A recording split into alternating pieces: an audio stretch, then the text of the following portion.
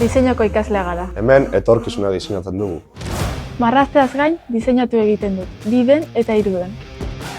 Ideia bat nik errealitate bihurtzen dut. Segurtasuna, kalitatea oinarrizkoa dira gure prestakuntzan.